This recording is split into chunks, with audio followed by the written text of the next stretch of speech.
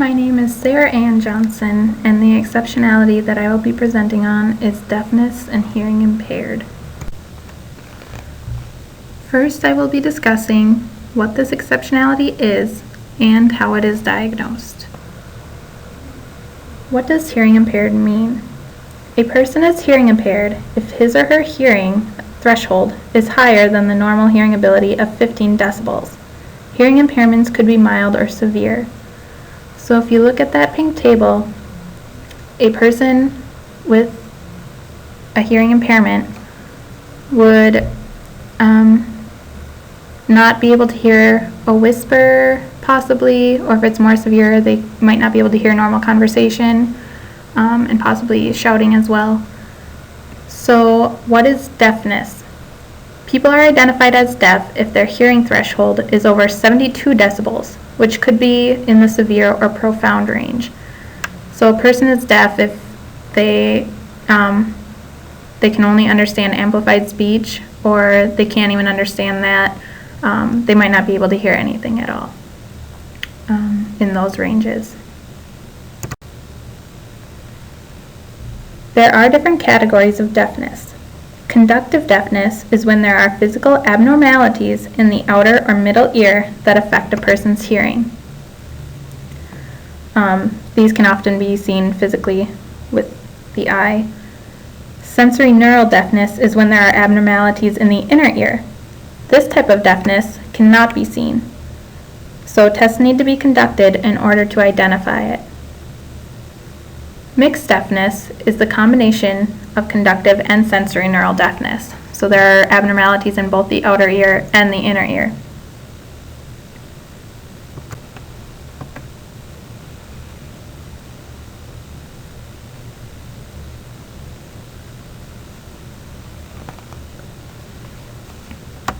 Okay.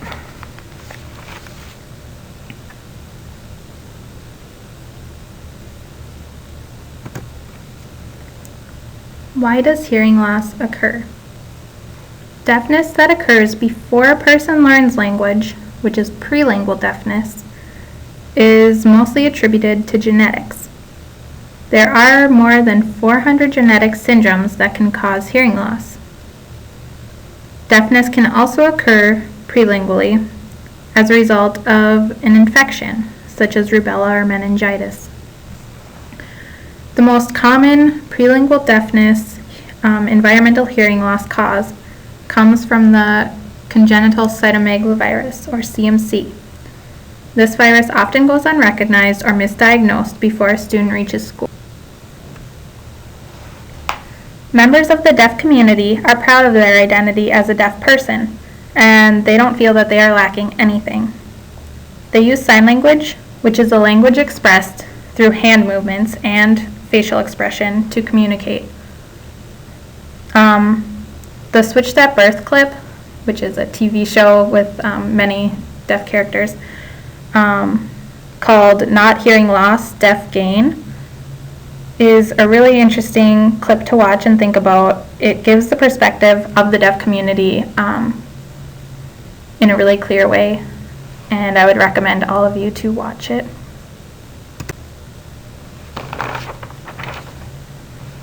Today we have universal screening programs for newborns.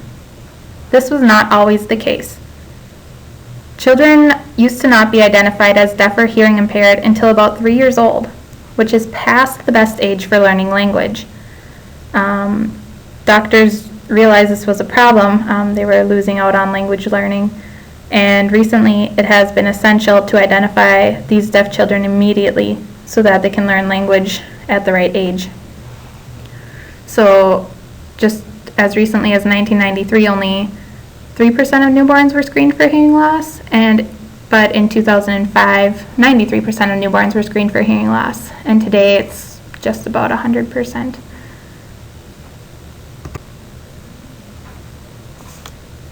There are different testing methods for hearing loss. Newborns can be observed on whether or not they are startled by certain noises. If they get startled, that indicates that they heard the noise, and if they do not get startled, then clearly they did not hear that noise. Slightly older children might be observed by getting distracted by various sounds. And then older subjects, like elementary students to adults, can signal what sounds they are able to hear when tested using audiometry. This test just plays different tones and pitches, and the subject indicates which sounds and pitches they are able to hear and which ones they aren't. There's also the brainstem evoked response audiometry, BERA, which sends sound waves in one ear at a time, and the brain waves of the subject are tracked to determine what the hearing ability is in that ear. These are non-evasive tests, and they require no conscious response from the subject. So it is often used on newborns. As you can see in that picture, that is the test kind of hooked up to the newborn. The red wire goes in the right ear and the blue wire goes in the left ear, and it has electrodes on its head to track its brain waves. And then the results are shown. In the left ear, the subject has the hearing threshold of about 35 decibels, which would show that there is hearing loss in that ear. And the right ear would be on average about the 15 decibel range, which is the normal hearing range. Now let's look at ways to best teach students who are deaf or hearing impaired in the classroom. Many deaf or hearing impaired students struggle with language arts because so much of language development is dependent on hearing language spoken. So, some deaf or hearing impaired students might need additional support in reading. Unfortunately, there is a statistic that says the median reading level for high school graduates with hearing loss falls between 4th and 5th grades. So, what can teachers do? Teachers should motivate students to read by finding high interest and quality works, and also find works that the student has prior knowledge about. If a student is interested in a topic, their passion will motivate them to learn more about it. And when a student has prior knowledge, if they already know something about the topic, it'll make the reading itself easier to understand. Students who struggle with language arts or reading comprehension should be engaged in activities before, during, and after reading. Before reading, have students identify what they already know about the topic and what they expect to learn from their reading. During reading, students should answer questions, specific questions on the main points of the reading. And after reading, students should be able to summarize what they have read and highlight the main points. Students should also be provided a list of vocabulary they will encounter to promote reading comprehension. Next, we'll look at some assistive technologies that can be used in a classroom with students who are deaf or hearing impaired. Many deaf or hearing impaired students might have cochlear implants, which are surgically implanted hearing aids to help them hear spoken language around them. However, to presume that, once implanted, students are able to hear like the typical hearing person is a wrong assumption. These students are still considered hearing impaired. Computers are a great resource because they don't discriminate between hearing or non-hearing people. As long as one has digital intelligence, which most students today do, learning can take place on a computer. Computers also have the ability to translate oral speech to text and vice versa, which could be utilized in some instances with a hearing impaired student.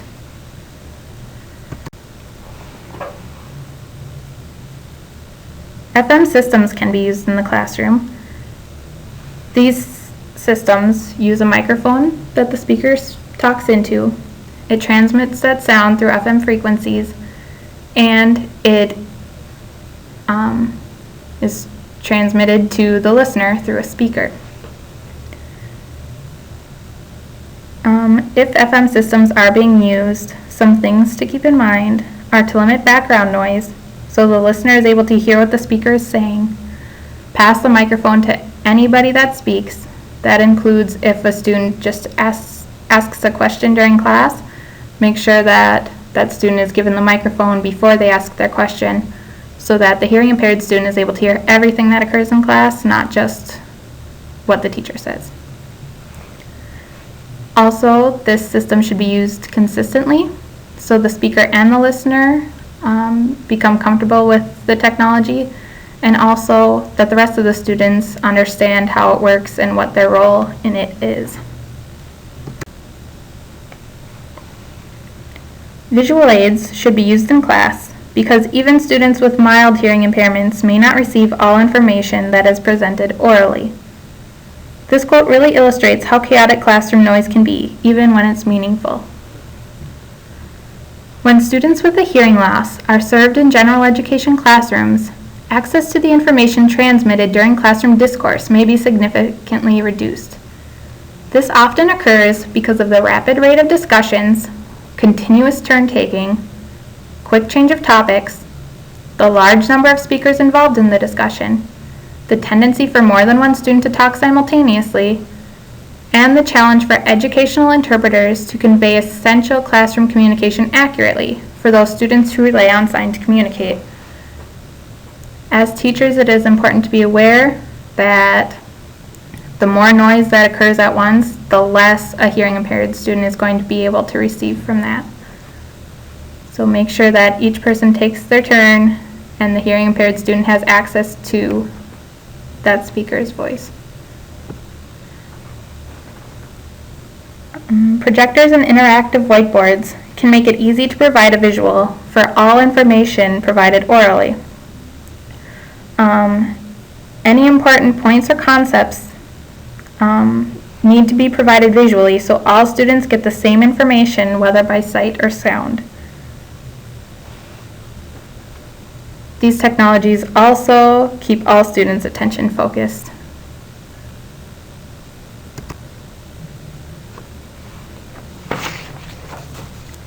If a student uses an interpreter, remember that they are not the teacher. It is not their job to teach the content to the student.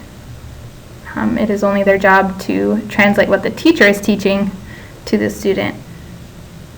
If the teacher wants to talk to that student, they should do it directly. Do not talk to the interpreter and have him or her talk to the student. If you're talking to the student, address them directly. And interpreters may ask for clarification while you're teaching so that they can provide the correct information to the student they are interpreting for. If a student is able to lip read, the class needs to be aware of this. If you are having classroom discussions, make sure that each speaker takes their turn. If everybody talks at once, a lip reading, deaf, or hearing impaired individual will not be able to understand anything that's going on. And then set up your classroom in such a way that the deaf or hearing impaired student is able to see each speaker. You can either put your class in a circle like the picture below, or make sure your students know that when they are speaking, they need to turn and face the class so that everybody is able to hear or see what they are saying.